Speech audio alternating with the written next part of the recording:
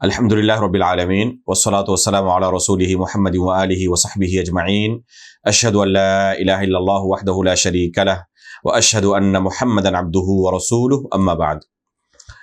اب سب سے آخر میں آپ کے سامنے مناسب معلوم ہوتا ہے کہ یہ بیان کیا جائے کہ وہ کون سی چیزیں ہیں جن سے حقیقت میں وضو تو نہیں ٹوٹتا، لیکن لوگوں کو غلط فہمی ہوتی ہے کہ شاید ہمارا وضو ٹوٹ چکا ہے۔ چنانچہ ہم دیکھتے ہیں بہت سارے لوگوں کی طرف سے سوال آتا ہے کہ کیا اس وجہ سے وضو ٹوٹ جائے گا؟ میں نے وضو کے بعد یہ کام کر لیا تو کیا اس وجہ سے وضو ٹوٹ جائے گا؟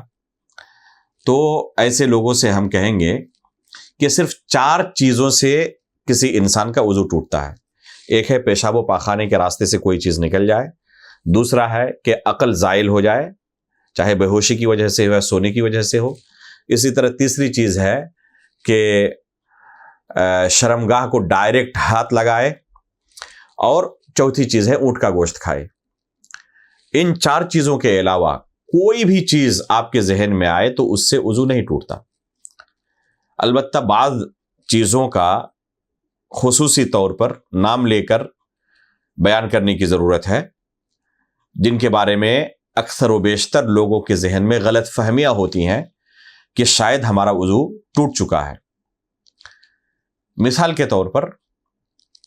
بعض لوگ سمجھتے ہیں کہ وضو کرنے کے بعد اگر گھٹنے سے کپڑا اوپر آ گیا تو اس سے وضو ٹوٹ جائے گا۔ چنانچہ بعض لوگ اگر کسی کا کپڑا وضو کے بعد گھٹنے سے اوپر آ جائے تو فوراً اسے تنبیہ کرتے ہیں اور کہتے ہیں کہ آپ کا کپڑا گھٹنے سے اوپر جا رہا ہے۔ تو یہ حقیقت میں ناقض وضو نہیں ہے، بلکہ ایک انسان اگر کپڑا کھول بھی دے وضو کرنے کے بعد اور پھر دوسرا کپڑا پہنے تب بھی اس کا وضو نہیں ٹوٹتا، یا اگر اس نے کپڑا کھول دیا ہے اور حمام کے اندر ہے، کوئی اسے دیکھ نہیں رہا ہے اور بلا کپڑے کے وضو کر رہا ہے، تب بھی اس کا وضو درست ہے۔ یہ نہیں کہا جائے گا کہ بلا کپڑے کے اس نے وضو کیا ہے تو اس کا وضو باطل ہے، بلکہ اس کا وضو درست ہے اور اس سے وضو نہیں ٹوٹتا ہے۔ اسی طریقے سے بعض لوگوں کے ہاں یہ غلط فہمی پائی جاتی ہے کہ اگر کسی ایسے شخص پر نظر پڑ جائے جو ننگا ہے تو اس سے وضو ٹوٹ جاتا ہے۔ حقیقت میں اس عمل کے ناقض وضو ہونے کی کوئی دلیل ہمارے پاس موجود نہیں ہے کہ کسی ننگے شخص کو دیکھ لے تو ہمارا وضو ٹوٹ جائے گا۔ حقیقت میں اگر یہ وضو ٹوٹنے کا باعث ہوتا تو دشمنوں کے پاس بہت اچھا نسخہ ہوتا، وہ ہمارے سامنے آ کر ننگا ہو جاتا اور ہمارا وضو توڑ دیتے۔ تو حقیقت میں یہ وہ ناقض وضو نہیں ہے، اس سے وضو نہیں ٹوٹتا ہے۔ اسی طریقے سے اگر کسی نے وضو کرنے کے بعد اپنی بیوی کے ساتھ بوس و کنار کیا ہو تو اس سے بھی وضو نہیں ٹوٹتا۔ بیوی کے ساتھ مباشرت کے بعد اگر دونوں کے شرمگاہ مل جائے، ختنے کی جگہ دونوں کے مل جائیں، یا منی کا خروج ہو جائے یا مزی کا خروج ہو جائے تو اس سے وضو بس ٹوٹے گا۔ اس کے علاوہ اپنی بیوی کے ساتھ اگر کوئی مباشرت کرے تو اس سے وضو نہیں ٹوٹتا ہے، چاہے بوس و کنار کرے، چاہے اور بھی اپنی بیوی کے ساتھ کسی طریقے سے فائدہ اٹھائے، اس سے وضو نہیں ٹوٹتا ہے۔ اس کے وضو توڑنے کی کوئی دلیل ہمارے پاس نہیں ہے، لہذا ہم دلیل کی اتباع کرتے ہوئے کہیں گے کہ یہ چیز ناقض وضو نہیں ہے، اس سے وضو نہیں ٹوٹتا۔ اسی طریقے سے اگر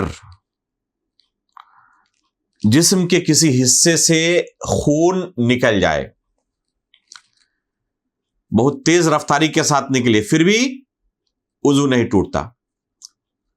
اگر کسی نے وضو کرنے کے بعد پچھنا لگوایا ہو، حجامہ کیا ہو، جس میں جسم کے فاسد خون کو نکالا جاتا ہے، تو اس سے وضو نہیں ٹوٹے گا۔ وضو کرنے کے بعد کسی کو بلڈ ٹیسٹ کے لیے دینا ہو لیب میں، وضو نہیں ٹوٹے گا۔ اگر ضرورت پڑی کسی کو بلڈ ڈونیٹ کرنے کی، خون عطیہ کرنے کی، ہدیہ کرنے کی، اس سے وضو نہیں ٹوٹے گا۔ تو یہ نواقض وضو میں سے نہیں ہے۔ اسی طریقے سے اگر وضو کے بعد الٹی ہو جائے، قی کر دے، تو اس سے بھی وضو نہیں ٹوٹتا ہے۔ اس کے ناقض وضو ہونے کی ہمارے پاس کوئی صریح دلیل نہیں ہے۔ اس سلسلے میں نبی صلی اللہ علیہ وسلم سے جو حدیث مروی ہے، وہ حدیث اس بات پر دلالت نہیں کرتی کہ قی ناقض وضو ہے۔ حدیث ہے، ابو الدرداء رضی اللہ تعالیٰ عنہ فرماتے ہیں کہ اللہ کے رسول صلی اللہ علیہ وسلم نے قی کیا اور پھر اس کے بعد وضو کیا۔ تو یہ اللہ کے رسول کا عمل ہے۔ اگر کسی نے قی کیا ہو تو افضل ہے کہ اللہ کے رسول کی سنت کی اتباع کرتے ہوئے وہ بھی وضو کر لے، لیکن یہ نہیں کہا جائے گا کہ یہ ناقض وضو ہے اور یہ واجب ہے۔ اسی طریقے سے اگر کسی کو وضو کے بعد شک ہو جائے کہ میرا وضو ابھی تک باقی ہے یا وضو ٹوٹ چکا ہے، مثال کے طور پر کسی نے مغرب کی نماز کے لیے وضو کیا، کنفرم یقین کے ساتھ وہ کہہ سکتا ہے کہ میں نے مغرب کی نماز سے پہلے وضو کیا تھا، اب عشاء کی نماز کے وقت اسے یاد نہیں آ رہا ہے کہ میرا وضو ابھی تک باقی ہے یا اس دوران وضو ٹوٹ چکا ہے، ہوا خارج ہو گئی،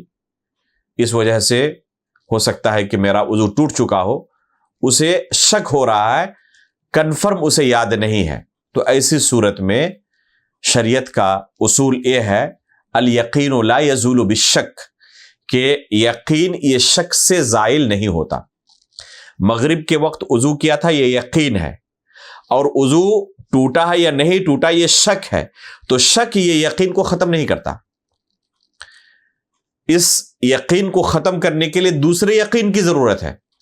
یعنی وضو ٹوٹنے کے بارے میں اسے یقین ہو تبھی یہ وضو ٹوٹے گا، ورنہ شک کی بنا پر صرف وضو نہیں ٹوٹے گا۔ اس لیے عشاء کی نماز کے وقت اگر اسے شک ہو رہا ہے کہ وضو ابھی میرا باقی ہے یا نہیں باقی ہے، تو اصل ہے کہ مغرب کے وقت اس نے جو وضو کیا تھا اس وضو سے نماز پڑھ سکتا ہے اور اس کی نماز درست مانی جائے گی، یقین اس کا ختم نہیں ہوگا اس شک کی بنا پر۔ اسی طریقے سے اگر کسی کو شک ہو کہ شاید کہ ہوا خارج ہو گئی، وضو کر کے آیا ہے اور اسے شک ہو رہا ہے،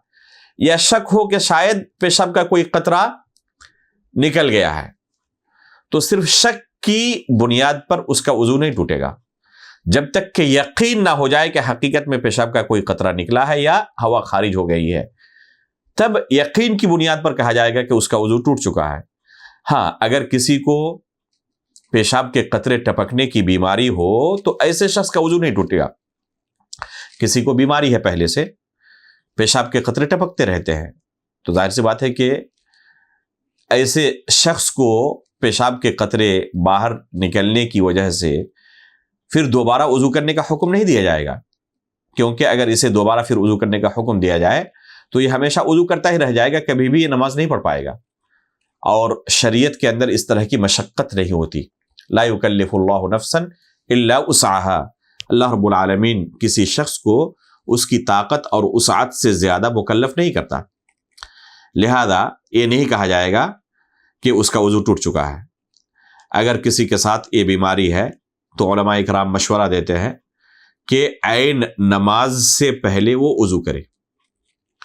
ایک دم جب نماز شروع ہونے والی ہو تو اس سے پہلے وضو کرے اور وضو کرنے کے بعد نماز پڑھے، گرچہ اس وضو کے بعد پیشاب کا قطرہ نکل چکا ہے تب بھی اس کی نماز درست ہوگی، کیونکہ اس کے ساتھ یہ بیماری ہے۔ اور ایک وضو سے صرف ایک ہی نماز پڑھے، جیسے مغرب سے پہلے اس نے وضو کیا ہے تو مغرب کی ہی بس نماز پڑھے، عشاء کی نماز اس وضو سے نہ پڑھے۔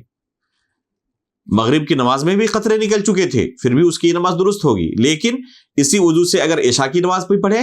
تو یہ طریقہ درست نہیں ہے۔ صرف ایک ہی نماز پڑھے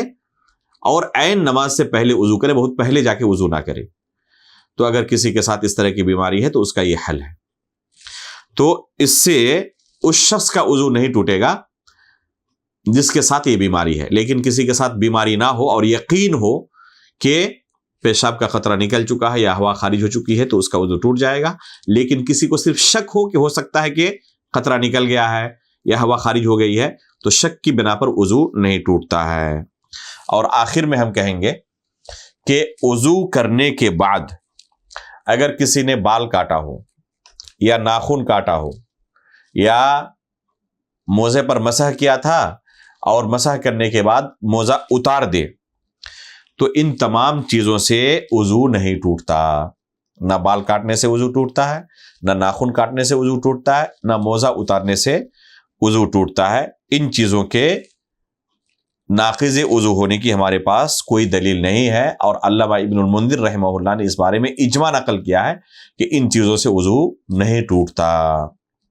اس لیے صرف 4 چیزوں سے ہم مانیں گے کہ وضو ٹوٹتا ہے۔ ان کے علاوہ کسی بھی چیز سے اگر کسی کے ذہن میں سوال آئے کہ اس چیز سے وضو ٹوٹ جاتا ہے نہیں ٹوٹتا، تو دیکھیں کہ ان 4 چیزوں سے اس کا تعلق ہے یا نہیں ہے۔ 4 چیزوں میں سے کوئی ایک ہو وضو ٹوٹتا ہے، ورنہ وضو نہیں ٹوٹتا۔ پیشاب و پاخانے کے راستے سے کسی چیز کا نکلنا،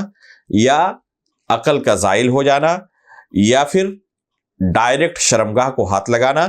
یا پھر اونٹ کا گوشت کھانا، بس یہ 4 چیزیں ہیں جن سے وضو ٹوٹ جاتا ہے، باقی چیزوں سے وضو نہیں ٹوٹتا۔ اللہ رب العالمین سے دعا ہے کہ اللہ رب العالمین دین کے ان بنیادی مسائل کو ہمیں